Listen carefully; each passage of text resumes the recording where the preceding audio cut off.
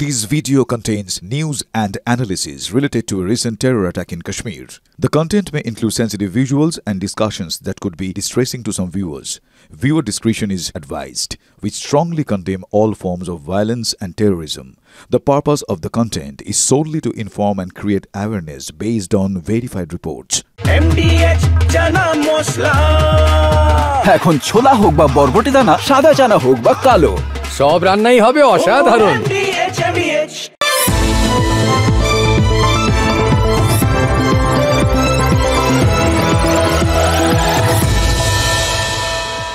মাতাদোর শব্দটা আপনারা সবাই জানেন।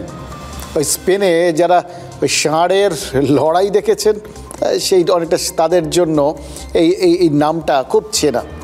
যারা ওই ষাঁড়ের সামনে লাল বা অন্য কোনো রঙের কাপড় নাড়ায়, নর্মাল করছে ওই বলে না ষাঁড়ের সামনে কখনো লাল রং দেখাতে নেই, ঠিক সেই কাজটাই তো যারা করে, মানে ষাঁড়কে খেপিয়ে তোলে সোজা বাংলায়, তাদের মাতাদোর বলে। খ্যাপা ষাঁড় তারপর মাতাদোরকে তাড়া করবে, আর তারপর মাতাদোর সেই ষাঁড়ের হাত থেকে নিজেকে বাঁচাবে। এটা স্পেনের বিখ্যাত খেলা। কিন্তু স্পেনের আর মনে হচ্ছে কপিরাইট খাটবে না, জানেন তো। এই বিখ্যাত খেলাটাও তাদের হাত থেকে বেরোলো বলে, মানে হাতছাড়া হলো বলে। তাদের এই যাবতীয় ষাঁড়ের লড়াইয়ের যাবতীয় ভেলকি তাদের মাতাদোর থেকেও অনেক বেশি করে মনে হচ্ছে আরও একজন শিখে গেছেন, তার নাম জেলেন্সকি। মানে এই ষাঁড়ের লড়াইটা এই মুহূর্তে ওই ইউক্রেনে হচ্ছে। জেলেন্সকি স্পেনের লোক তো নন, কিন্তু তার এইরকম হঠাৎ করে ষাঁড়কে লাল কাপড় দেখানোর ইচ্ছেটা হলো কেন বলুন তো? এইটাই না কিছুতে বুঝতে পারছি না। ওই যে সে একটা সিনেমা ছিল না, জিন্দেগি না মিলেগি দোয়ারা, ও তাতে আছে দেখবেন ষাঁড় দৌড়চ্ছে, তার সামনে দিয়ে লোকজন দৌড়চ্ছে। কি দরকার? ষাঁড়ের সামনে পড়ছে, ষাঁড় উড়িয়ে দিচ্ছে, তার থেকে ওই ব্যালকনিতে বসে চুপচাপ নিজেরা মজা করুন, অথবা দৌড়োতে হলে একা একা ফাঁকা জায়গায় দৌড়ুন। তা না, যেখান দিয়ে ষাঁড় দৌড়চ্ছে তার সামনে সামনে দৌড়োতে হবে। এইরকম কিছু কিছু জিনিস বোঝা যায় না, কিন্তু সেগুলো তো আবার বলছি এই পাগলামোগুলো তো স্পেন টেনেছিল বুঝলাম। হঠাৎ করে সেটা এতটা পথ পাড়ি দিয়ে ইউক্রেনে গিয়ে কী করে ঢুকে পড়লো, এইটা বুঝতে পারছি না। আর বুঝতে পারছি না কোন প্রবাদটা তার জন্য যথাযথ হবে। বেল মুছে মার, নাকি খাচ্ছিল তাতি তাঁত বুনে, কাল হলো এঁড়ে গরু কিনে। কারণ জেলেন্সকি তো অভিনয় করে দিব্যি খেয়ে করে কমে দিব্যি ছিলেন। হঠাৎ করে তার রাজনীতি করার ইচ্ছে হলো, আর পড়বি তো পর রাজনীতিতে এসে একেবারে ইউক্রেনের প্রেসিডেন্টের চেয়ারে বসে পড়লেন। এই পর্যন্তও ঠিক ছিল। তারপর রাশিয়ার সামনে লাল কাপড় দেখিয়ে রাশিয়াকে খেপিয়ে দিলেন। তারপর শুরু হলো রাশিয়ার ইউক্রেনের সংঘাত। সেটা তো নয় করে 3 বছর হয়ে গেল। কি মনে হচ্ছিল আপনাদের যে ব্যাপারটা একটা গা সওয়া হয়ে গেছে, এটা ওই এখন করতে হয় করবে, দু দলেরই কোথাও একটা ইগোতে লাগছে, সেই জন্যই আর কি বেরিয়ে আসার জন্য একটা সম্মানজনক শর্তের খোঁজ চলছে। একটা জায়গায় যাতে দু দলেরই উইন উইন একটা সিচুয়েশন হয়, ওই আলোচনা হয়ে ওই ছোটোবেলায় দেখা আর কি, পাড়ায় মারপিট, তারপর মিউচুয়াল, তখন মিউচুয়াল বলতো মিউচুয়ালকে, তো সেরকম একটা মিটমাট সোজা বাংলায় এরকম একটা কোনো তৃতীয় পক্ষ করে দেবে, সব মিটে যাবে। এটাই তো আপনি আমি সবাই মোটামুটি বুঝে গেছিলাম, সেরকমই ভাবছিলাম। কিন্তু অন্যরকম যে এই জেলেন্সকি বুঝেছিল, সেটাই তো আমরা বুঝিনি। রাশিয়ার প্রেসিডেন্ট ভ্লাদিমির পুতিনের সামনে তিনি যে বিরাটভাবে আবার লাল কাপড় নাড়াতে থাকবেন এবং গিয়ে সোজা ওই রাশিয়ার মধ্যে ঢুকে এইভাবে ড্রোন টোন দিয়ে মেরে মুড়ে একাকার কাণ্ড করবেন। ভ্যারাইটিস রকম ড্রোন দিয়ে যেন একটা ওই বলে না ডিপার্টমেন্টাল স্টোর, সেরকম খুঁড়ে বুঝবেন আর কি ড্রোনের ভ্যারাইটিস। কোনোটা জলের তলা দিয়ে চলে, কোনোটা উপর দিয়ে চলে, কেলেঙ্কারি কাণ্ড করে দিয়েছেন। এটা যে করেছেন এটা আনম্যানড আর্মারি, মানে কোনো মানুষ নেই, ড্রোন নিজের মতো করে গিয়ে মেরেছে। এটা দেখে যদি কেউ ভেবে থাকেন এটার মধ্যে তো আর বেশ সেফ ব্যাপার আছে, তাহলে তো তিনি ভুল বুঝেছেন। মানে কি বুঝেছেন সেটা আজকে একবার ইউক্রেনের দিকে তাকান, পরিষ্কার বুঝতে পারবেন। এটা হচ্ছে সেই জিনিসটা যেটাকে আত্মঘাতী বলে সোজা বাংলায়। এরকম কাণ্ড করলে রাশিয়া তাদের কি হাল করবে সেটা তো এখন সবার জানা। তাই তো করছে রাশিয়া। জেলেনস্কি কি জানতেন না? বিলক্ষণ জানতেন। তারপরেও এরকম সুইসাইড অ্যাটাকটা করতে গেলেন কেন? কেন তার হঠাৎ মাতাদোর সাজার ইচ্ছে হলো? এইটাই না, কিছুতেই বুঝতে পারছি না। এবার খ্যাপা ষাঁড়ের মতো যেভাবে এখন রাশিয়া এসে জেলেনস্কি এবং তার দেশকে গোঁতাচ্ছে, তাতে তো ইউক্রেনের প্রেসিডেন্ট মানে ওই চাচা আপন প্রাণ বাঁচা বলে না, সেই অবস্থা করে ফেলেছেন নিজের আর নিজের দেশের।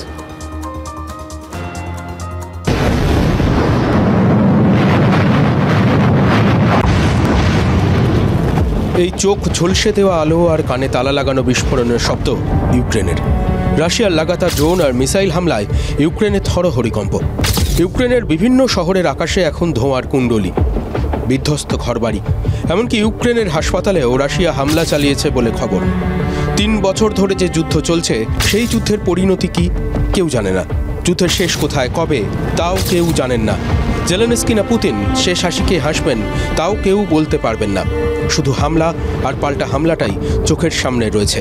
ইউক্রেন সুযোগ পেলে মারছে। রাশিয়ার ভেতরে ঢুকে ড্রোন হামলা চালিয়েছে। রাশিয়ার বিমান ঘাঁটিতে 44টা যুদ্ধ বিমান ধ্বংস করেছে ইউক্রেনের ড্রোন। রাশিয়া তার জবাবে ইউক্রেনকে প্রায় শ্মশান করে দিয়েছে। তারপরেও জেলেনস্কি দাঁতে দাঁত চেপে আছেন। ইউক্রেন হার মানছে না দেখে পুতিনও হাতা গোটাচ্ছেন। ফল ইউক্রেনের রাজধানী কিভের এই ভয়ঙ্কর ছবি, আগুনের গোলা আর কান ফাটানো শব্দ। অ্যাডভেঞ্চার করার শখ নিজে একা গিয়ে করতে পারতেন। নিজের দেশটার 12টা এইভাবে বাঁচানোর কিভাবে যে তিনি ভাবলেন আর কি যে তার দরকার ছিল, এটাই তো বোঝা যাচ্ছে না। দেখুন, ওই বলছিলাম না, ড্রোনের প্রায় ডিপার্টমেন্টাল স্টোর রাশিয়ার মধ্যে খুলে বসেছিল ইউক্রেন। ওই ভ্যারাইটিস রকম ড্রোন দিয়ে মেরেছে। এখন রাশিয়া কি বলছে জানেন? বলছেন একটা দেশ যত রকমের অস্ত্র নিয়ে এয়ার স্ট্রাইক করতে পারে, সেই সব রকম অস্ত্রশস্ত্র নিয়ে নাকি তারা ইউক্রেনের ওপর ঝাঁপিয়ে পড়েছে। এটা তো 3 বছরের যুদ্ধে আগে কখনো হয়নি। এটা তার মানে হওয়ার সম্ভাবনা ছিল। ইউক্রেন কি ভেবেছিল এটা পারবে না, তারা সামলে দেবে? তাহলে ভুল ভেবেছিল। এই ইউক্রেনের বিধ্বস্ত চেহারাটাই সেটা বোঝাচ্ছে। এবার ইউক্রেনের এই চেহারাটা কখন হয়েছে? যখন তাদের হাতে আমেরিকা, ব্রিটেন, ফ্রান্স, ইতালি আর জার্মানির এয়ার ডিফেন্স সিস্টেম রয়েছে। অর্থাৎ ইউক্রেন তার মানে কি কোথাও একটু কনফিডেন্ট হয়ে গেছিল, ওভার কনফিডেন্ট।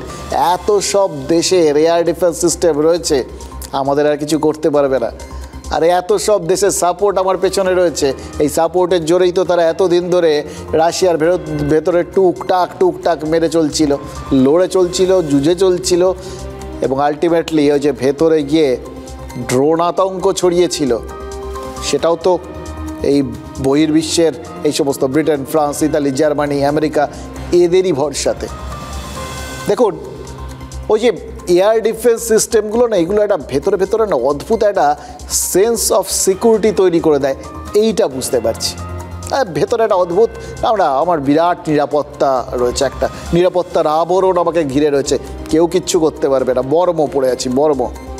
এরকমই তো বোধহয় ভেবেছিল ইউক্রেন, এরকমই বোধহয় ভেবেছিলেন জেলেনস্কি। অর্থাৎ ইউক্রেন তারা নিজেরা যা করেছে, যেটাকে আমাদের মনে হচ্ছে আত্মঘাতী, সেটা তারা করেছে এয়ার ডিফেন্স সিস্টেমের ভরসায়। কিন্তু তাহলে ইউক্রেন যে এখন মার খাচ্ছে, তার মানেটা কি? তার মানে হলো আমেরিকা, ব্রিটেন, জার্মানি সহ 5টা দেশের অস্ত্রের বাজারের 12টা বেজে যাওয়া। তাদের এয়ার ডিফেন্স সিস্টেম নিয়ে যা প্রশ্ন ওঠার সে তো উঠে গেছে। এরপর আর কোনো দেশ এই দেশগুলোর কাছ থেকে এয়ার ডিফেন্স সিস্টেম কিনতে চাইবে বলুন তো? এই 5টা দেশের এয়ার ডিফেন্স সিস্টেম তো রাশিয়ার অধিকাংশ ড্রোন আর মিসাইলকেই আটকাতে পারছে না। তার মানে কি? রাশিয়া মারছে ইউক্রেনকে, কিন্তু পরীক্ষা নিচ্ছে আমেরিকা, ব্রিটেন, জার্মানি, ইতালি আর ফ্রান্সের। ঠিক যেভাবে অপারেশন সিঁদুরে পাকিস্তানকে মেরে চীনকে লজ্জায় ফেলে দিয়েছিল ভারত।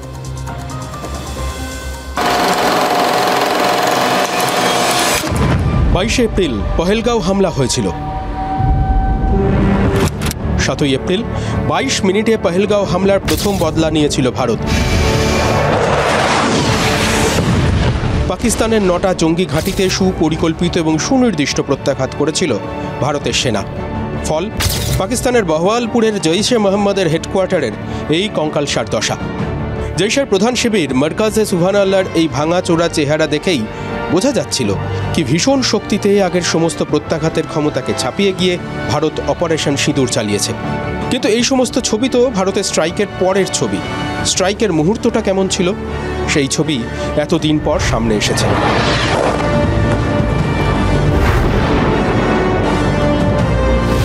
সোশ্যাল মিডিয়ায় ভাইরাল হওয়া এই ছবিগুলো বলছে জৈশের মূল ঘাঁটির কাছাকাছি থাকা সিসি ক্যামেরায় ভারতের প্রত্যাঘাতের মুহূর্ত নাকি ধরা পড়েছে। আলোর ঝলকানি, আগুনের গোলা আর কান ফাটানো শব্দই নাকি বোঝাচ্ছে কেন বহওয়ালপুরের এই জঙ্গি ঘাঁটিকে প্রত্যাঘাতের লক্ষ্য হিসেবে ভারত বেছে নিয়েছিল। কারণ এই জঙ্গি ঘাঁটিতেই জৈশের বাছাই করা সদস্যরা থাকত। তাদের অনেককে জৈশ প্রধান মাসুদ আজহার সরিয়ে নিলেও 100-রও বেশি জঙ্গি 7ই মে রাতে মারা যায়। সেই সঙ্গে মাসুদের পরিবারের 10-12 জন সদস্যেরও মৃত্যু হয়। Our aim was not to inflict casualties, but in case there have been, it is for them to count. Our job is to hit the target, not to count the body bags. यार मौलाना मसूद अजहर का बयान नहीं आना चाहिए था। उसकी बुनियादी वजह यह है कि यार वो एक मतलूब शख्सियत है, ठीक है। हिंदुस्तान उनके हवाले से कई बार बात कर चुका है और कई इल्जामात हैं उनके ऊपर। तो पाकिस्तान ने एक तवील अरसे से देखा जाए तो कमोबेश उनको एक नजरबंदी की हालत में ही रखा हुआ है ना। उनकी मूवमेंट नहीं है, वो नजर नहीं आते हैं खुलेआम। ठीक है, उन्होंने ये तो इस हद तक तो बड़ा हौसला अफजा बयान दिया है कि लोग शहीद हो गए और उन्होंने इस पर जो है ना एक हिम्मत दिखाई है बड़ी, लेकिन आपको बयान देना नहीं चाहिए था और अगर वो बयान आ गया था तो उसको रोका जाता। পাকিস্তানে কান পাতলে এখনো শোনা যাচ্ছে এই সব কান্নাকাটি। ভারতের মারের নিত্য নতুন ছবি পাকিস্তানিরাই সোশ্যাল মিডিয়ায় ভাইরাল করেছে। কিন্তু পাকিস্তানিরা কি শুধু নিজেদের দুর্দশার ছবি প্রকট করছে নাকি চীনের মুখেও কালি লেপে দিচ্ছে? দেখুন, ইউক্রেন যেরকম 4-5টা দেশের এয়ার ডিফেন্স সিস্টেম ব্যবহার করে, পাকিস্তানও তো সেই রকমই চীনের দেওয়া এয়ার ডিফেন্স সিস্টেম ব্যবহার করে। তারাও তো একই রকম ভেবেছিল, একটা দুর্ভেদ্য দুর্গের মধ্যে রয়েছি আমরা। অথবা ওই বললাম, হ্যাঁ, এটা বর্ম পুড়িয়ে দিয়েছে আমাদের চীনা বর্ম। ভাবুন তো, এমন সেই বর্ম যে বর্মকে অকেজো করে ভারত ঝাঁঝরা করে দিয়ে চলে গেছে ওদের দেশটাকে। ইসরোর স্যাটেলাইট পাকিস্তানের এয়ার ডিফেন্স সিস্টেমটাকেই লক করে দিয়েছিল। আর আমাদের এয়ার ডিফেন্স সিস্টেমের যে ওদের যে র্যাডার ট্যাডার, সেগুলোকে গিয়ে আমাদের ওই মিসাইল আর ড্রোন গিয়ে আঘাত এনেছে। সব শেষ। মানে যাদের রক্ষা করার কথা ছিল, অর্থাৎ এয়ার ডিফেন্স সিস্টেম, তারাই আগে আক্রমণের লক্ষ্যবস্তু হয়ে নিজেরাই আক্রান্ত হয়ে বসে আছে। যারা নিজেরাই আক্রান্ত, তারা অন্যকে রক্ষা করবে কি? মনে রাখবেন, 7ই মে রাতে 22 মিনিটে চীনের এয়ার ডিফেন্স সিস্টেম সেটা যে অবস্থায় পরিণত হয়েছিল, সেটার সঙ্গে ওই বিভিন্ন কোম্পানির, বিখ্যাত কোম্পানির যে ছাতাগুলো আপনি আমি ব্যবহার করি এই বর্ষার সময়, তার কোনো তফাৎ ছিল না। দুটোই একই রকম, কোনো কাজ নেই। কিন্তু তারপর 10ই মেতেও তো ভারত একইভাবে ওই পাকিস্তানে স্ট্রাইক করেছিল। 10ই মে পাকিস্তানের একের পর এক সেনাঘাঁটি ক্ষতিগ্রস্ত হয়। আর সেই দিনটাও তো চীনের এয়ার ডিফেন্স সিস্টেম একইভাবে ডাহা ফেল করেছিল, বারবার, দুবার। হ্যাঁ, প্রথমবারেরটা নয়, ঘটনাচক্রে হয়ে যেতে পারে। দ্বিতীয়বার যখন হয় তখন বুঝতে হবে ওটা কোনো কাজের না। আর শুধু কি চীন, নূর খান বিমান ঘাঁটির মতো পাক বায়ুসেনা ঘাঁটি, যে ঘাঁটি আমেরিকার সেনা ব্যবহার করছে বলে পাকিস্তানি সাংবাদিকরাই দাবি করেছেন, সেই নূর খান ঘাঁটিতে ভারতের সফল প্রত্যাঘাত কি প্রমাণ করছে? প্রমাণ করছে ভারতের নিখুঁত আক্রমণ ঠেকাতে ব্যর্থ হয়েছে চীন আর আমেরিকার ডিফেন্স সিস্টেম। দেখুন, চীনের এয়ার ডিফেন্স সিস্টেম পাকিস্তান ব্যবহার করে, এটা নিয়ে তো কোনো সন্দেহ নেই। কিন্তু যে বিমান ঘাঁটিকে পাকিস্তান নিজে ব্যবহার করছে, আপনারা দেখেছেন, যেখানে এই আমেরিকার সেনারা থাকেন, সেখানে এমনকি পাক সেনাকেও তারা ঘেঁষতে দেয় না, নিজেরাই পুরো জিনিসটাকে নিরাপত্তার ব্যবস্থা করে। তাহলে যে বিমান ঘাঁটি তারা ব্যবহার করছে সেই বিমান ঘাঁটি নিরাপত্তার দায়িত্ব আমেরিকা কি ওই পাকিস্তান বা চীনের ওপর ছেড়ে রাখবে? হয় কখনো এটা?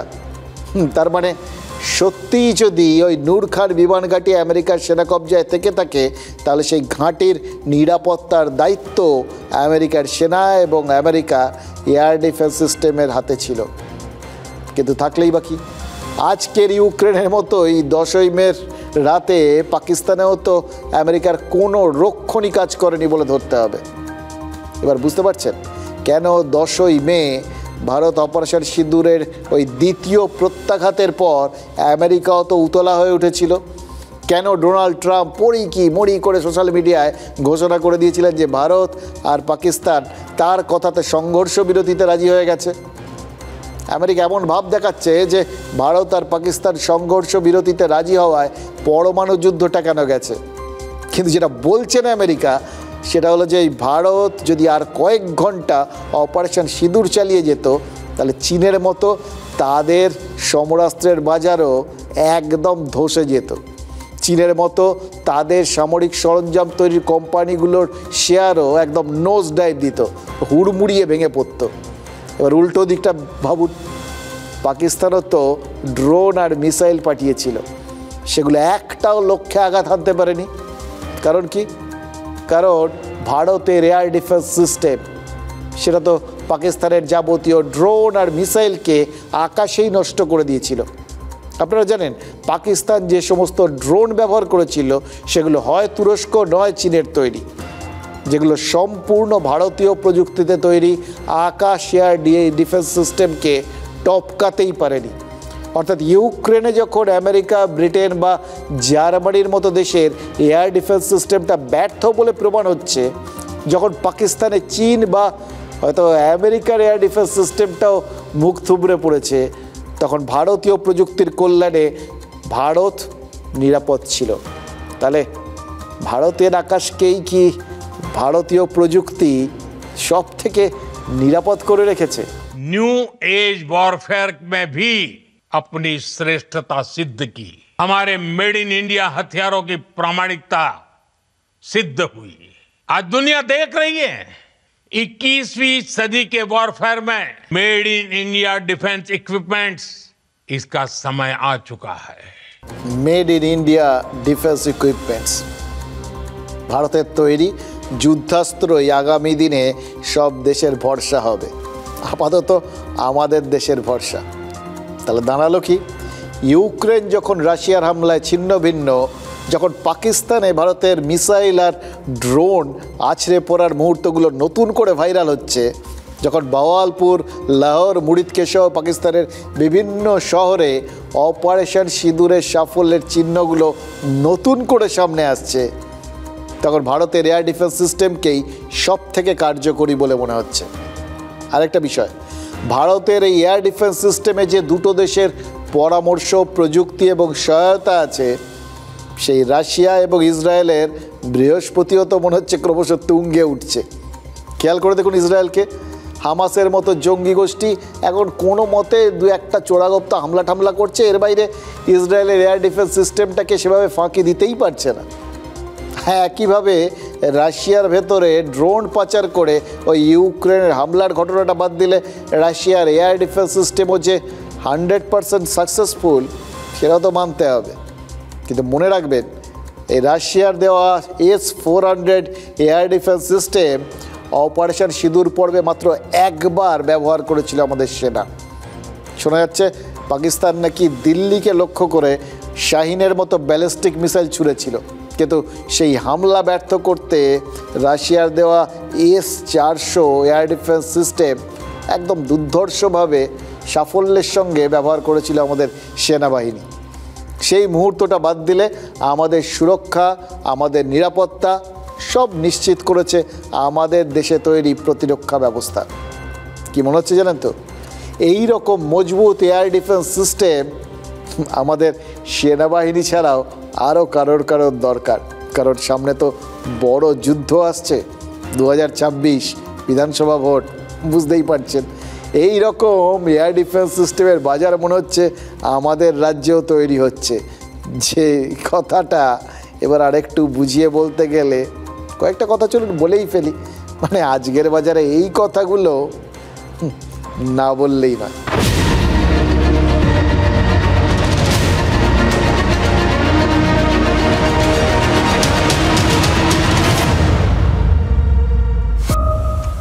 ফুরফুরা শরীফে ঘাসফুল ফুটবে। মার্চের 17 তারিখ ইফতার পার্টি করতে ফুরফুরা শরীফে গিয়েছিলেন মুখ্যমন্ত্রী মমতা বন্দ্যোপাধ্যায়। 9 বছর পর হঠাৎ করেই ফুরফুরার কথা ভুলে গেছিলেন, মুসলিমদের কথা ভুলে গেছিলেন। এখন ভোট এসেছে, তাই ফুরফুরায় যেতে হবে। 16তেও গেছিলেন, আবার 26-এ ভোট আসছে, চাপে আছেন। আমি যে বলি তোষণের রাজনীতি, সেটা প্রমাণ হয়ে যাবে। জাহাজ যখন ডুবতে শুরু করে তখন খড়কুটো ধরে বাঁচতে চেষ্টা করে। রাজ্যের মুখ্যমন্ত্রীর বাঁচার শেষ চেষ্টা। খারাপ লাগে এটাই, আজকেও আমি দেখছিলাম কিছু কিছু সোশ্যাল নেটওয়ার্কে কিছু কিছু টিভি চ্যানেল কমেন্টস করেছে, এটা কি ভোটের সমীকরণ? আমি তাদের বলি, আমি যখন কাশী বিশ্বনাথে যাই এই কোয়েশ্চেনটা করেন না? আমি যখন খ্রিশ্চান নাইট সাপারে যাই তখন তো এই কোয়েশ্চেন করেন না? আমি যখন দুর্গাপুজো করি তখন তো কোশ্চেন করেন না? এখানে যার নাম সব থেকে বেশি আলোচিত হতো তহা সিদ্দিকী, তিনি মুখ্যমন্ত্রীর সঙ্গে এলেন বটে, কিন্তু 10 মিনিট সাকুল্যে থাকলেন এবং তারপরে মুখ্যমন্ত্রীর সঙ্গে কিছু কথা বললেন এবং একটি খামে কিছু একটা দিয়ে তিনি বেরিয়ে চলে গেলেন। মুখ্যমন্ত্রী জানছেন সফল হয়েছে, উনি জানছেন সফল হয়েছে, কিন্তু আমরাও জানি সফল হন উনি। সিট ফাঁকা বলেছেন, আপনি ঠিকই বলেছেন, আমি নিজে দেখেছি সিট ফাঁকা ছিল, 19 থেকে 20 জন গেছে। তো যখন ফাঁকা আছে পশ্চিমবাংলার মুখ্যমন্ত্রীর চোখ তো মারাত্মক চোখ, ওই চোখটাকে আড়াল দেওয়ার জন্য কিছু প্রশাসনের মানুষ আমি দেখেছি লক্ষ্য করে, তারা লাইন দিয়ে সব ঢুকাচ্ছে। ড্যামি পীরজাদা যারা ফুরফুরা শরীফের পীর সাহেবদের আমাদের বংশের কেউ নাই। নওশাদ সিদ্দিকী বাম শিবির ঘেঁষা, তোহা সিদ্দিকীর আচরণেও টকটক গন্ধ। কিন্তু পীরজাদা কি কম পড়িয়াছে নাকি? ইফতার পর্ব জুড়ে মমতা বন্দ্যোপাধ্যায়ের আশপাশেই দেখা যায় পীরজাদা কাসেম সিদ্দিকীকে। তারপর কলকাতায় আরও একটি ইফতার পার্টিতেও হাজির ছিলেন কাসেম সিদ্দিকী।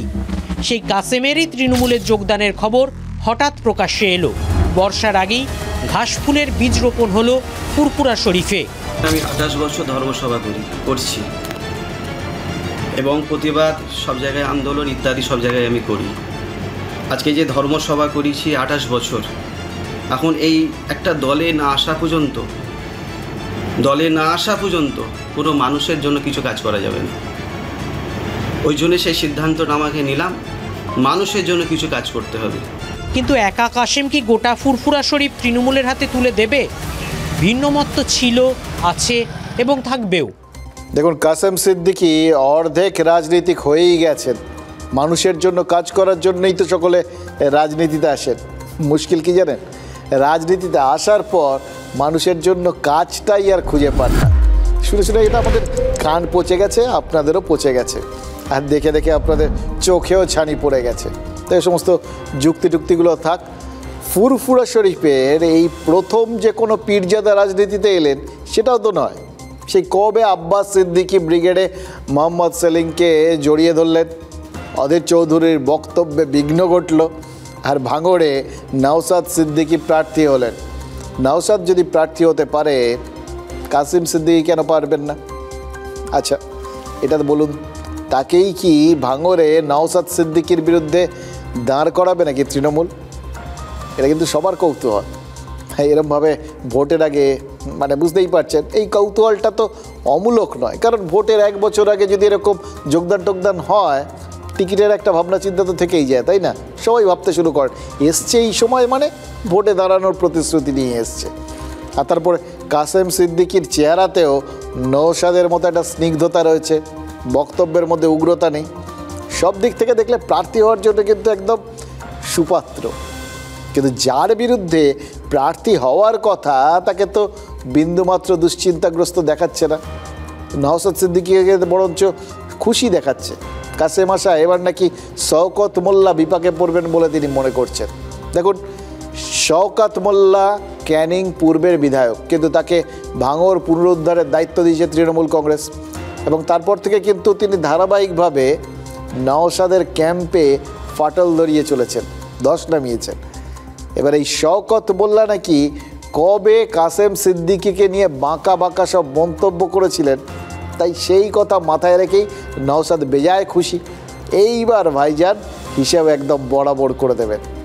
কিন্তু দেখুন, এটা নেহাতি একটা খোঁচা মারা, এটা নেহাতি একটা নিজের মতো করে ভাবনা চিন্তা করা। কারণ নওশাদ সিদ্দিকী নিজেও ভালো করেই জানেন রাজনীতিতে বন্ধুত্ব আর শত্রুতা কোনোটাই চিরস্থায়ী নয়। এ ব্যাপারে একটা অসাধারণ কথা বলে গেছিলেন জানেন তো মোহনবাগানের প্রয়াত সচিব অঞ্জন মিত্র। তিনিও তো বলেছিলেন ময়দানে কোনো কিছুই স্ট্যাটিক নয়, কোনো কিছুই চূড়ান্ত নয়। সেটাই তো আমরা দেখলাম। দেখুন কদিন আগে মোহনবাগানের ইলেকশন নিয়ে কি কেলেঙ্কারিটাই না হচ্ছিল। বিভিন্ন জায়গায় দুটো যুযুধান গোষ্ঠী, এপাশে সৃঞ্জয় বোস গোষ্ঠী, ওপাশে দেবাশিস দত্ত গোষ্ঠী। একসময় এরা একদম হরিহর আত্মা ছিল সব। এখন পরস্পরের দেখে মনে হচ্ছিল এর থেকে বড় শত্রু আর কিছু হয় না। এখানে এ মিটিং করছে তো ওখানে কালকে ও মিটিং করছে, একে তোপ দাগছে, ওকে তোপ দাগছে। এবং সব থেকে বড় কথা, তৃণমূলের একদল নেতা এদিকে যাচ্ছে তো আর এক দল ওদিকে যাচ্ছে। মানে সাজ রব দেখে মনে হচ্ছিল এটা ওই অ্যাসেম্বলি ইলেকশন কিনা, মোহনবাগান ইলেকশনের বদলে। তারপর দেখুন কি হলো, কোথা হইতে কি হইল, দুজনে বন্ধু হইয়া গেল। এবং দেখুন হাত ধরাধরি করে নিজেরা ভাগ যোগ করে ইলেকশনটাই তুলে দিল। একজন সভাপতি হয়ে গেল দেবাশিস দত্ত, আর মানে এখনো হয়নি, হবে তাই, সেটাই মোটামুটি ফর্মুলা। আর সৃঞ্জয় বসু সচিব হয়ে গেল। ওই বললাম না, রাজনীতি সেটা খেলার মাঠের রাজনীতি হোক বা বাস্তবে ওই ইলেকশনের রাজনীতি, কে কবে কি বলেছে ওসব কেউ মনে রাখে না। শওকত মোল্লা সাহেবের এখন অস্থিরতা বাড়বে, কারণ যে কাসেম ভাই সাহেবের সম্পর্কে, ভাইজান সম্পর্কে শওকত মোল্লা এতদিন আক্রমণ করেছে, বাই ডিফল্ট ডেজিগনেশন অনুযায়ী কাসেম ভাইজান শওকত মোল্লার অনেক ওপরে বসছে। আজকে দেখলেন না, এদের মনে হয় খুব বেশি আর হচ্ছে। কাসেম সিদ্দিকী কখন কি বলে। আমার পরিবারের অন্যান্য আরো যারা পীর সাহেব পীরজাদারা আছেন তারা আসছেন, এটাতে আমি স্বাগত জানাচ্ছি। তবে ব্যাপারটা হচ্ছে দল চয়নের ক্ষেত্রে একটা দুর্নীতিগ্রস্ত দলকে চয়ন করে ফেললেন। অ্যাপিজমেন্ট পলিটিক্সের এটা আর একটা নিদর্শন। কাসেম সিদ্দিকী তার রাজনৈতিক কি ব্যাকগ্রাউন্ড কি, তিনি রাজনীতি কোথায় করতেন, হঠাৎ করে তাকে রাজ্য সম্পাদক না কি বানানো হয়েছে। তৃণমূল কংগ্রেসে কতজন রাজ্য সম্পাদক আছে মমতা বন্দ্যোপাধ্যায় বলতে পারবেন না কাগজ না দেখে। কাসেম সিদ্দিকীকে সাধারণ জেলার সম্পাদক করা, কাজ নেই কম্ম নেই সব নাম বলে যেটা দিলেন আমাকে। আমি হিন্দু বাড়ির ছেলে, হিন্দু নাম বলুন। দেখুন শুভেন্দু অধিকারী একমাত্র তিনি মনের কথাটা বলেছেন।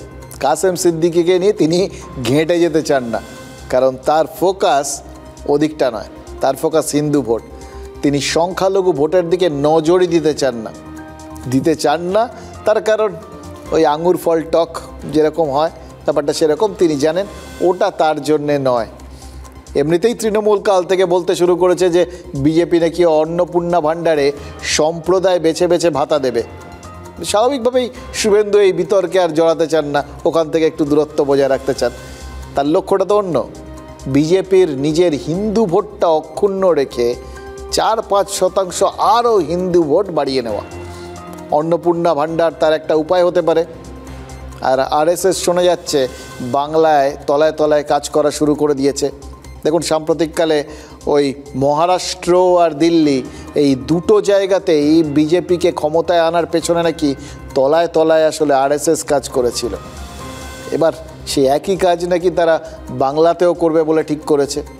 মুসলিম এলাকাগুলোতেও নাকি আরএসএস জনসংযোগ করতে শুরু করেছে।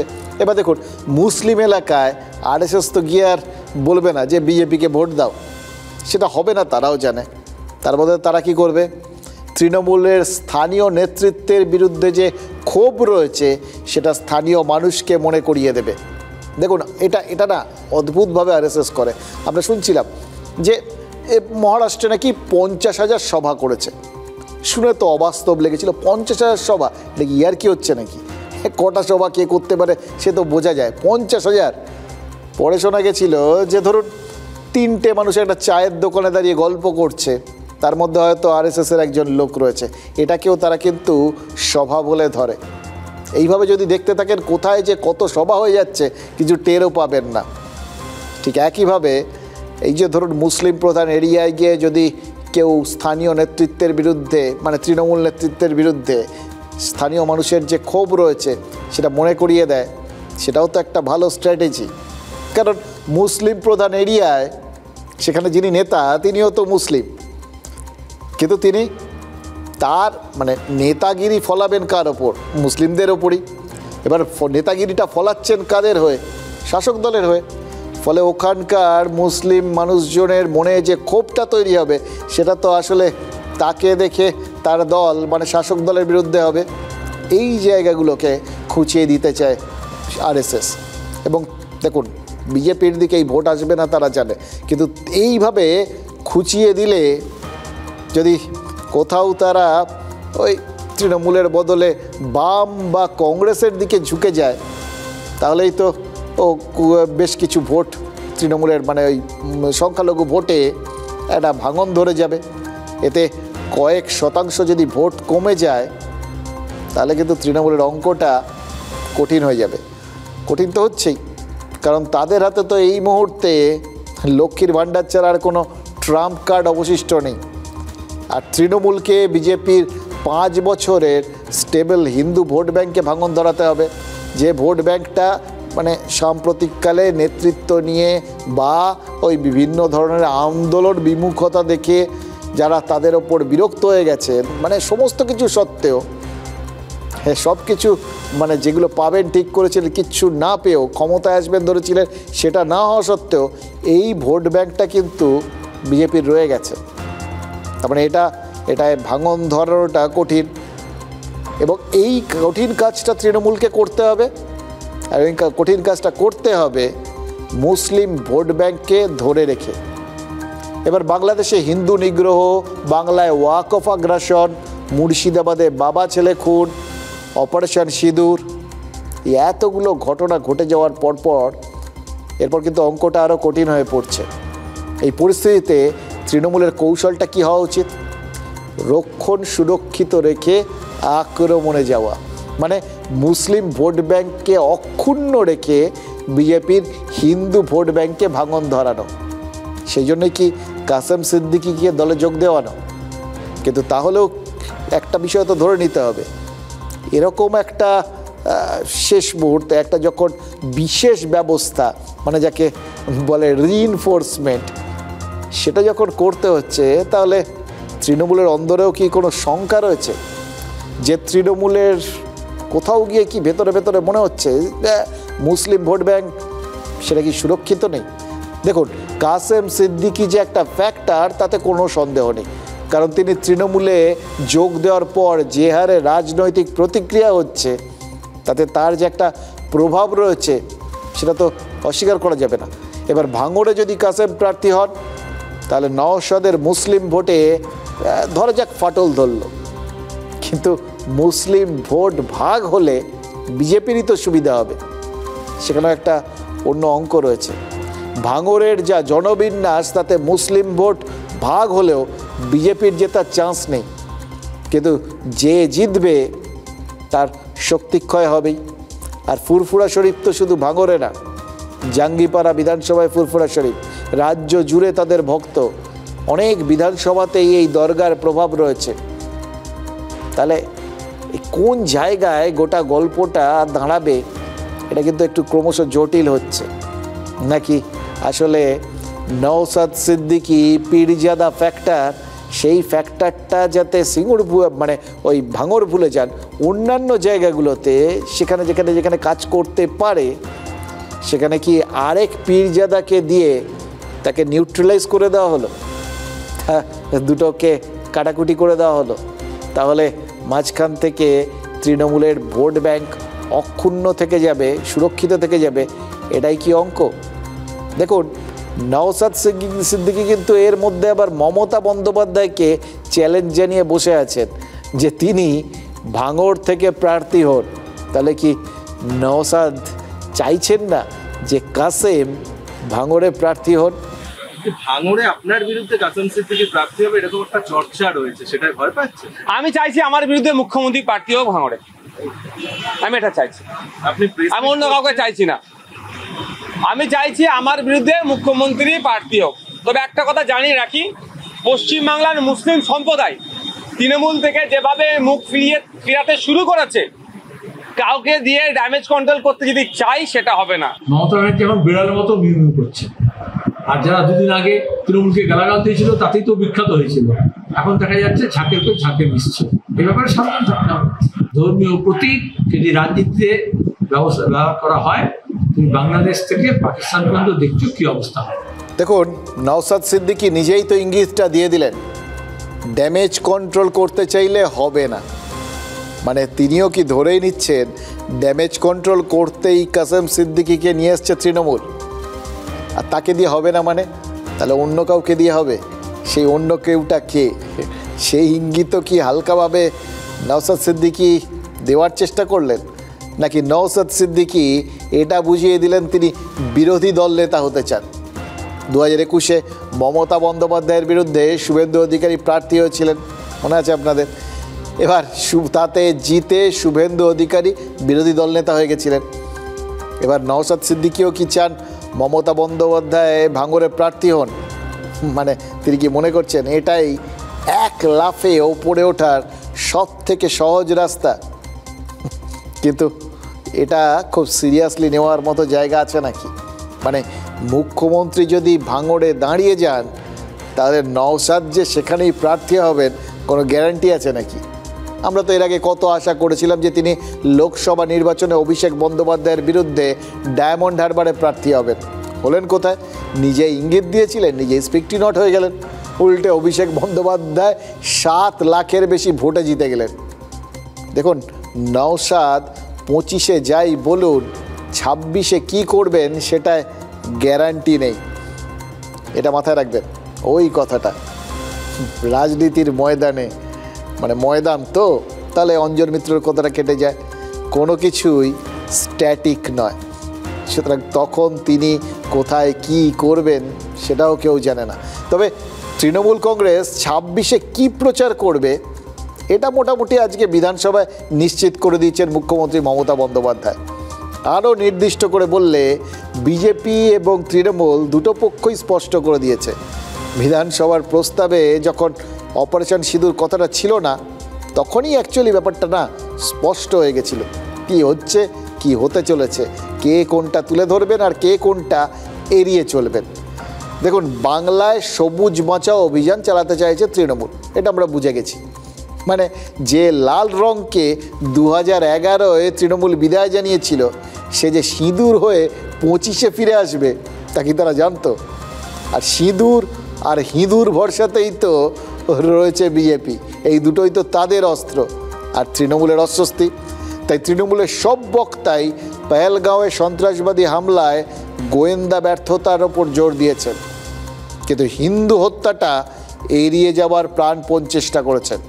শুধু তাই নয়, অপারেশন সিঁদুরের কোনো সুবিধা যাতে বিধানসভা নির্বাচনে বিজেপি নিতে না পারে তা নিয়েও কিন্তু তৃণমূলের বক্তারা খুব সচেষ্ট। মমতা বন্দ্যোপাধ্যায় নিজে বলেছেন, ভারত সামরিক ক্ষেত্রে সুযোগ নষ্ট করেছে। পাকিস্তান অধিকৃত কাশ্মীরটা দখল করে নেওয়ার একটা সুবর্ণ সুযোগ ছিল, সেটাই হাতছাড়া করলো। এবার খেয়াল করে দেখুন, অপারেশন সিঁদুরে যে পাকিস্তান বিধ্বস্ত হয়ে গেছে, এই সত্যটা তো আর এড়িয়ে যাওয়ার বা অস্বীকার করার চেষ্টা করে লাভ নেই। এটা তৃণমূল নেত্রী জানেন, কারণ পাকিস্তানিরা নিজেরাই তো আগ বাড়িয়ে তাদের নিজেদের মার খাওয়ার ফিরিস্তি দিয়ে বেড়াচ্ছে। কি ব্যাপার বলুন তো? তাহলে ওই জায়গাটাতে তিনি পৌঁছলেন কেন, যে জায়গাটা তাদের জন্য একটা বড় দুর্বলতার জায়গা, বিজেপির জন্য একটা শক্তির জায়গা। তাদের সাফল্য, অপারেশন সিঁদুরের সাফল্য তো ঘুরিয়ে কেন্দ্রীয় সরকার তথা বিজেপির সাফল্য। তাহলে মমতা বন্দ্যোপাধ্যায় সেই জায়গাটায় তার ধারে কাছে তো যাওয়া উচিত না, যেভাবে এই আজকে বিধানসভার প্রস্তাবে অপারেশন সিঁদুর নামটাই রাখেননি, সেটাকে এড়িয়ে গেছেন। তো সেই দিকে গেলেন কেন? গেলেন তার একটা কারণ আছে। দেখুন, ম্যানেজমেন্ট থিওরি কি বলে জানেন? দুর্বলতাকে শক্তি বানাতে হয়। ভোট ম্যানেজমেন্ট, সেটাও তো ম্যানেজমেন্টের একটা নয়া শাখা। তাই কি ওই ম্যানেজমেন্ট শিক্ষাকেই কাজে লাগাচ্ছে তৃণমূল? অপারেশন সিঁদুরের সাফল্য তাদের দুর্বলতা, তারা জানে তাই সেটাকে স্বীকার করে নিয়ে উল্টে সেটাকেই নিজেদের অস্ত্র বানিয়ে ফেলতে চাইছে তৃণমূল। এতটা শক্তিশালী যখন আমরা যখন এত সাফল্য পেয়েছি, এইভাবে যখন আমরা অনায়াসে পাকিস্তানের ভেতর ঢুকে যখন তখন হামলা চালাতে পারি, তাদের বিধ্বস্ত করতে পারি, এত কিছু আমরা পারি, তাহলে আমরা পিওকেটা দখল করলাম না কেন? এইভাবে এই আঙ্গিকে আসলে প্রশ্নটা তুলেছেন মমতা ব্যানার্জি। সাফল্যের কথাটা মেনে নিয়ে ওই সাফল্যকে ঘিরে প্রশ্নগুলো তুলে দিয়েছেন। যদি মারতেই পারো তাহলে নিলে না কেন পিওকে, যেখানে সংসদে শুদ্ধ অনেকদিন ধরে বলে যাচ্ছ এই নিয়ে নিলাম, এই নিয়ে নিলাম। আর সেই সঙ্গে কি দাবি তুলেছেন জানেন? ভারত সরকার একটা স্ট্রং রোল প্লে করুক। মানে ভারত আসলে শক্তিশালী রোল প্লে করেনি, সরকার শক্তিশালী মানসিকতার একটা পরিচয় রাখতে পারেনি, এটাই সূক্ষ্মভাবে সুকৌশলে মমতা বন্দ্যোপাধ্যায় বুঝিয়ে দিয়েছেন। আর পাশাপাশি মনে করিয়ে দিয়েছেন ইলেকশন এলে আর একটা পুলওয়ামা যেন আর না হয়।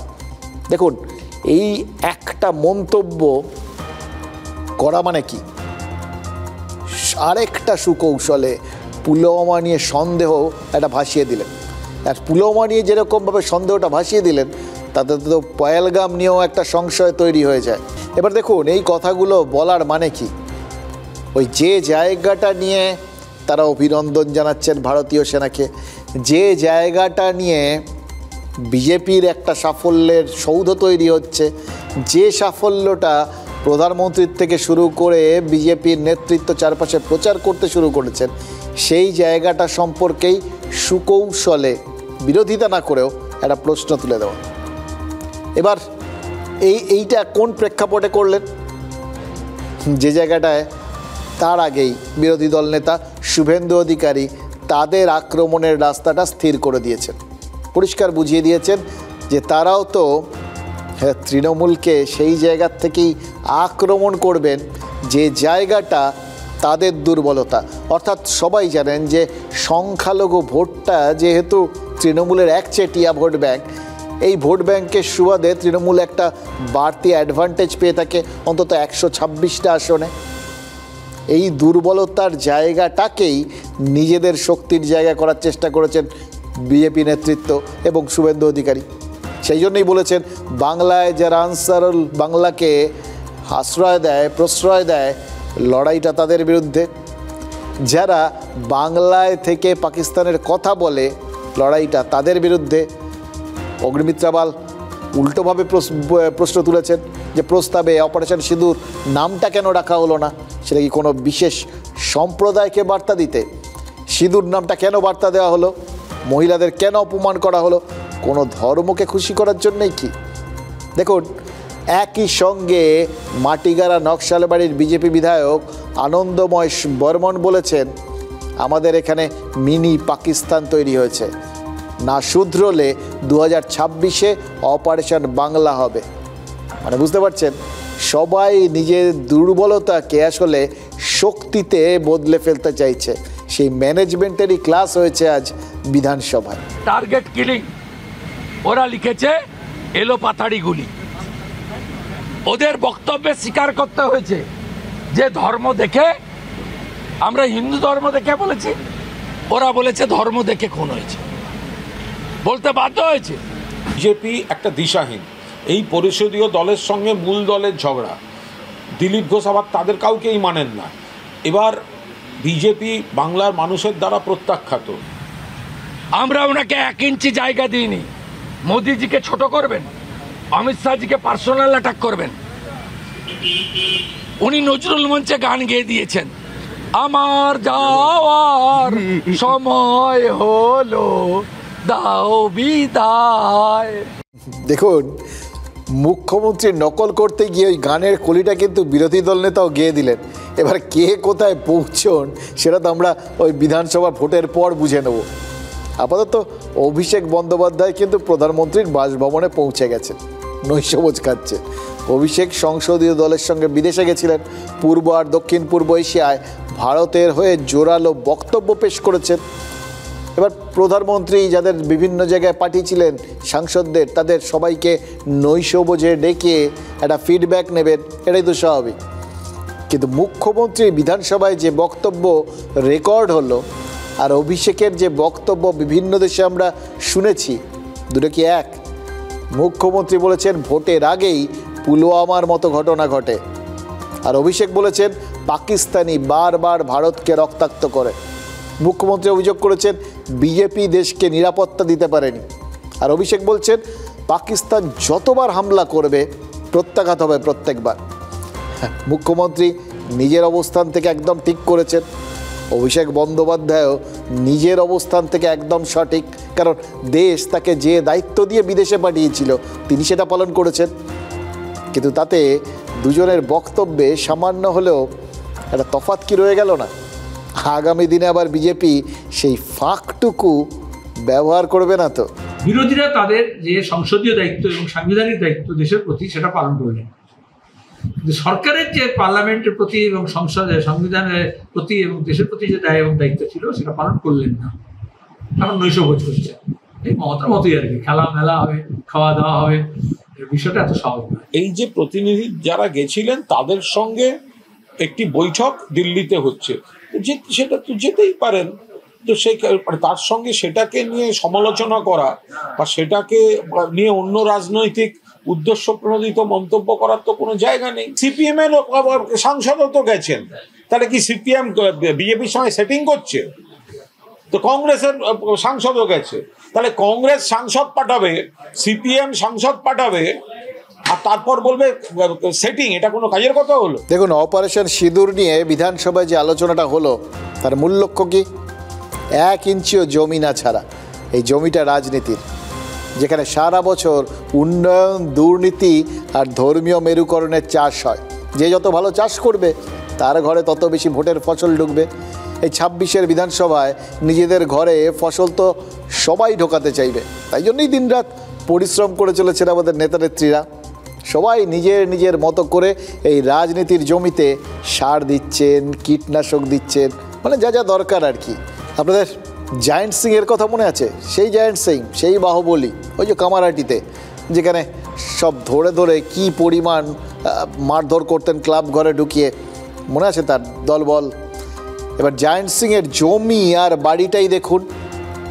কামারহাটির ওই দোর্দণ্ড বাহুবলী, তিনি এরকম একটা দোর্দণ্ড প্রতাপ ইমেজের মতো একটা মানানসই একটা বাড়ি বানিয়েছিলেন, পেল্লাই বাড়ি।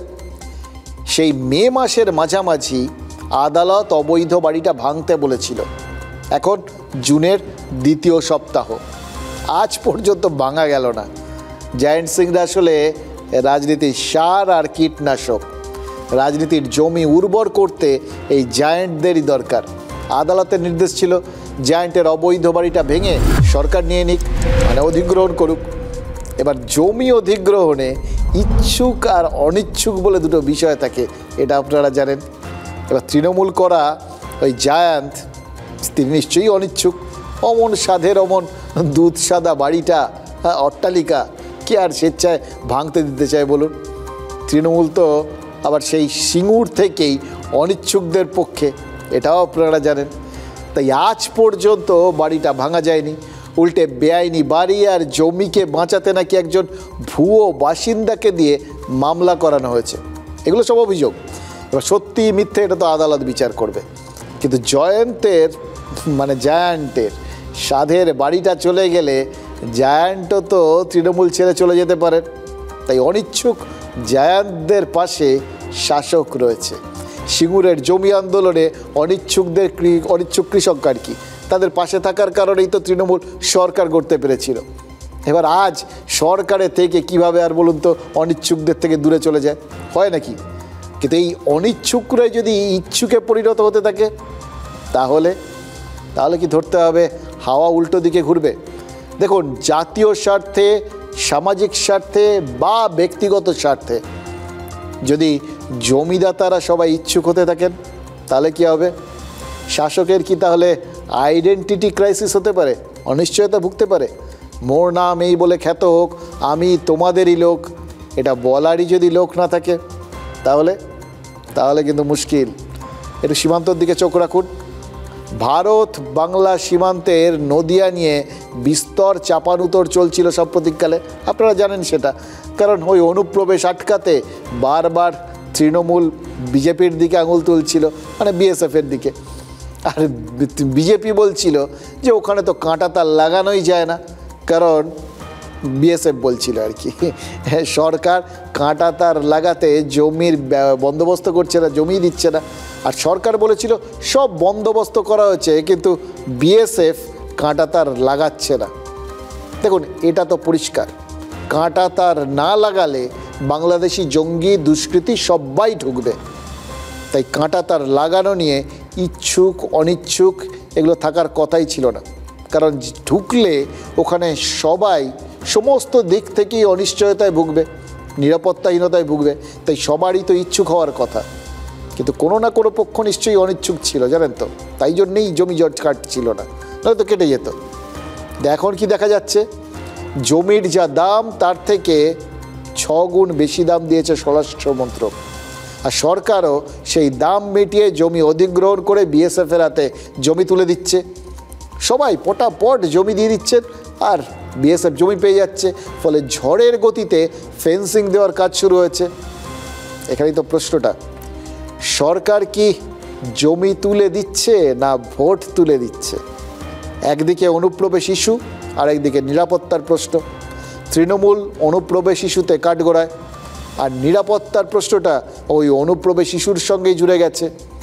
এই আবহে জমিদাতারা যদি জাতীয়তাবোধে উদ্বুদ্ধ হন এবং কেন্দ্রের ওই 6 গুণ বেশি দামে উৎসাহিত হন, তাহলে কিন্তু তৃণমূল সিঁদুরে মেঘ দেখতেই পারে।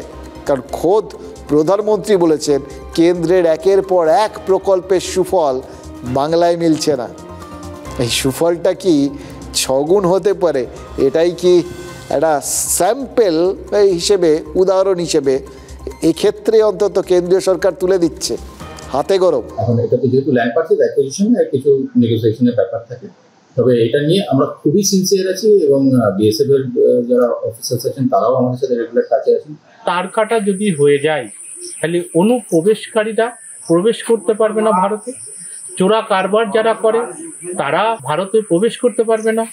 তার কাটা হয়ে গেলে তাহলে আমাদের অনেক সুযোগ সুবিধা পাবো। সুবিধা মানে কি, আমরা সুন্দরভাবে বসবাস করতে পারবো, আমাদের কোনো সমস্যা থাকবে না। এই তার কাটা হলে পরে আমরা এত সুন্দর নিরাপত্তা থাকবে তো বলার না। সেনার সাফল্যকে হাতিয়ার করে রাজনীতি করা হচ্ছে, তৃণমূলের অভিযোগ তো এটাই। তৃণমূলের এই অভিযোগের প্রতিফলন সেটা কি সীমান্তে দেখা যাচ্ছে? সীমান্তের ইচ্ছুক জমিদাতারা এই কারণেই তো তৃণমূলের কাছে সিঁদুরে মেঘ হতে পারে, আবার উল্টোটাও হতে পারে। জাতীয় স্বার্থে অভিষেক বন্দ্যোপাধ্যায় বিদেশে গেছিলেন, বিদেশের মাটিতে জাতীয়তাবাদের পতাকা উড়িয়ে এসছেন, তার ফলেই সীমান্তের মানুষ হয়তো জাতীয়তাবাদে উদ্বুদ্ধ হচ্ছেন। তৃণমূল এটাকেও প্রচার করতে পারে, ওই বললাম না, নেগেটিভটাকে পজিটিভ করো। তবে ফ্যাক্ট হলো নদিয়ার হাঁসখালি আর বিজয়পুর এলাকার বহু মানুষ জমিদানে আগ্রহ দেখাচ্ছেন। চাপড়ার থেকে করিমপুর পর্যন্ত জমি অধিগ্রহণের কাজ চলছে জোর কদমে। বাগদার বয়রা সীমান্তে 5 কিলোমিটারের বেশি সীমান্তে কাঁটাতার ছিল না, অনুপ্রবেশ হচ্ছিল এখান থেকে। এবার জমিদান প্রক্রিয়া মসৃণ হওয়ায় বাংলার নিরাপত্তা অনেক বেশি শক্তপোক্ত হচ্ছে। এটাই কেন এতদিন সম্ভব হচ্ছিল না? কেন বিএসএফ বনাম রাজ্য সরকারের দ্বন্দ্ব কাটছিল না? আর আজই বা সব জটিলতা কাটছে কিভাবে? দেখুন, সরকার জোর করে জমি নেওয়ার বিপক্ষে, কিন্তু জাতীয় স্বার্থে, নিরাপত্তার স্বার্থে জোর না করলেও বোঝানোর চেষ্টা কি ঠিকমতো হচ্ছিল না এতদিন? নাকি রাজনীতির অঙ্ক কষা চলছিল? অঙ্কের মধ্যে কিন্তু এবার অনুপ্রবেশের চ্যাপ্টার ঢুকে গেছে। কাকদ্বীপের নিউটনকে নিয়ে তো অস্বস্তি বাড়ছে শাসকের। একদিকে তৃণমূল যোগ, আরেকদিকে নির্বাচন কমিশনের নজর। খোদ তৃণমূল বিধায়ক মন্টুরাম পাখিরা বলেছিলেন কাকদ্বীপে অস্বাভাবিকভাবে 6000-এর বেশি ভোটার বেড়ে গেছে। সেটাও কি কোথাও একটা মানে হিসেব মিলছে না দেখে তিনি এই 6000 ভোটার বেড়ে যাওয়ার কথাটা বলেছিলেন। দেখুন, এবার সব কিছু খতিয়ে দেখা শুরু করেছে নির্বাচন কমিশন। কি বেরোবে কেঁচো খুঁড়তে সেটা তো পরবর্তী সময় বুঝবো। কিন্তু কাকদ্বীপের রামকৃষ্ণ গ্রাম পঞ্চায়েতের বাসিন্দা অর্জুন দাসের অভিযোগটা একবার শুনবেন। 12 বছর আগে স্ত্রীর গয়না বিক্রি করে স্থানীয় তৃণমূল নেতা কাশীনাথ বিশ্বাসকে ভোটার কার্ড তৈরির জন্য টাকা দিয়েছিলেন। রেশন কার্ড, আধার কার্ড, প্যান কার্ড সব ছিল। আজ অবধি তারপরেও ভোটার কার্ড পাননি বলে অভিযোগ। এবার কে এই কাশীনাথ দাস? নিজেকে তৃণমূলের সৈনিক বলা কাশীবাবুর নেতা হলো দেবাশিস দাস। এবার কে এই দেবাশিস দাস? এই হচ্ছে সেই দেবাশিস দাস যিনি বাংলাদেশি নিউটনকে লালন পালন করেছেন বলে অভিযোগ। গত শনিবার নর্থ পোর্ট থানার এক পুলিশ কর্মীকে মানে আহত করে দিয়েছে, হামলা করে আহত করে দিয়েছে এক মাদকাসক্ত, একদম ছুরি টুরি মেরে দিয়েছে। তদন্তে নেমে কি জানা গেছে জানেন? ওই মাদকাসক্ত দুষ্কৃতী আসলে বাংলাদেশি, নাম মোহাম্মদ সুলতান শেখ। আর সেটা শুনেই তো মনে পড়ে গেল সেই আজাদের কথা। আজাদকে মনে আছে তো? কালীঘাটের এএসআই এর গাড়িতে ধাক্কা মেরেছিল ট্যাক্সি চালক আজাদ।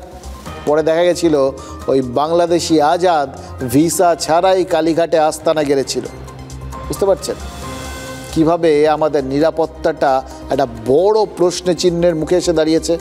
এগুলো সব কিন্তু নিরাপত্তার বিষয়, জাতীয় স্বার্থ আর ব্যক্তি স্বার্থের বিষয়, আর একই সঙ্গে সামাজিক স্বার্থেরও বৃহত্তর বিষয়। দেখুন, সামাজিক এই নিরাপত্তার ইস্যুকেই সফলভাবে সিঙ্গুরের অনিচ্ছুকদের সামনে তুলে ধরেছিল তৃণমূল, সেই জন্যই ক্ষমতায়। আর 14 বছর পর বিজেপি কি সেই সামাজিক নিরাপত্তার ইস্যুকেই ওই সীমান্তবর্তী এলাকায় তুলে ধরছে?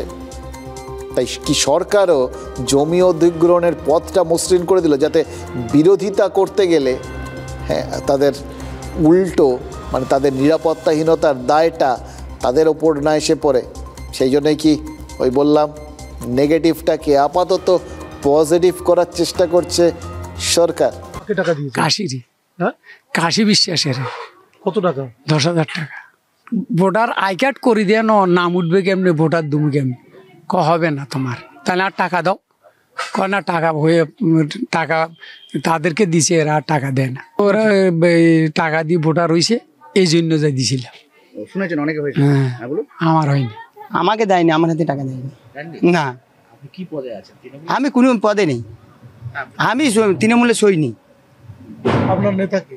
হ্যাঁ, আমার নেতা এখানে হচ্ছে দেবাশিস দাস, পঞ্চায়েত। পশ্চিমবঙ্গ তৃণমূল কংগ্রেস করে, আবার বাংলাদেশে গিয়ে শেখ হাসিনার বিরুদ্ধে আন্দোলন করে, ছাত্র আন্দোলনে তার নেতৃত্ব দেয়। হয়তো আফসোস থেকেই করেছে যে যেহেতু রাষ্ট্রীয় দলের মর্যাদা সরে গেছে, তো সেই জন্য আন্তর্জাতিক দল হওয়ার চেষ্টা করছে তৃণমূল কংগ্রেস। তৃণমূল করলে আবার এপার বাংলার ভাত খেয়ে ওপারে গিয়ে আন্দোলনও করা যায়, ওপার বাংলার ভাত খেয়ে আবার এপার বাংলায় ভোটও দেওয়া যায়। দিদি সব বন্দোবস্ত করে দিয়েছে। তৃণমূল তো পঞ্চায়েতের মেম্বার করেছে, এমএলএ করেছে, কেন্দ্র সরকার মন্ত্রী করেছে বাংলাদেশি অনুপ্রবেশকারীদের। আর ভোটের সময় বক্তৃতার সময় চিৎকার করে অনুপ্রবেশের বিরুদ্ধে। কি বুঝলেন আমাদের এখানে অনুপ্রবেশটা কিভাবে আমাদের নিরাপত্তা বিঘ্নিত করছে সেটা সবাই জানেন। আর আমরা বুঝতে পারছি যখন এই পুলিশ টুলিশ আক্রান্ত হচ্ছে।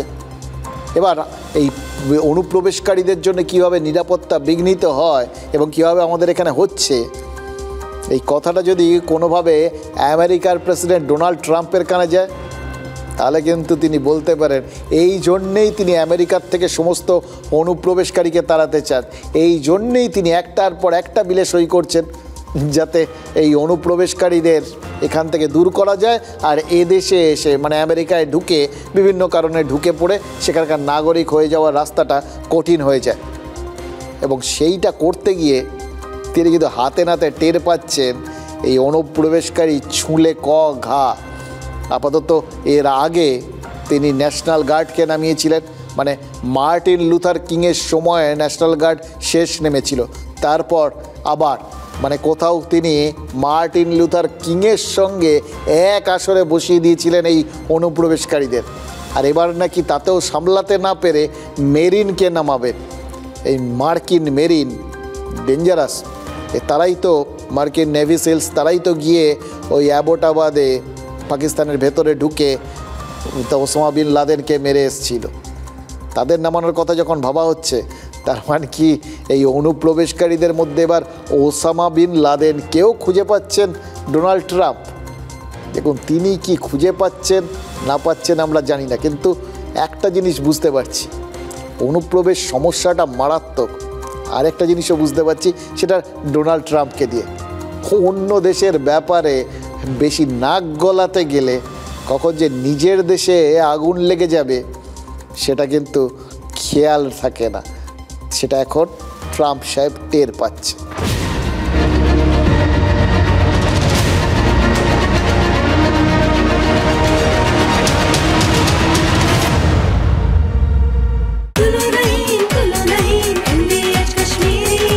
আরে কম দে কিন্তু খাঁটি দে। MDH কাশ্মীরি লাল লঙ্কার গুঁড়ো। MDH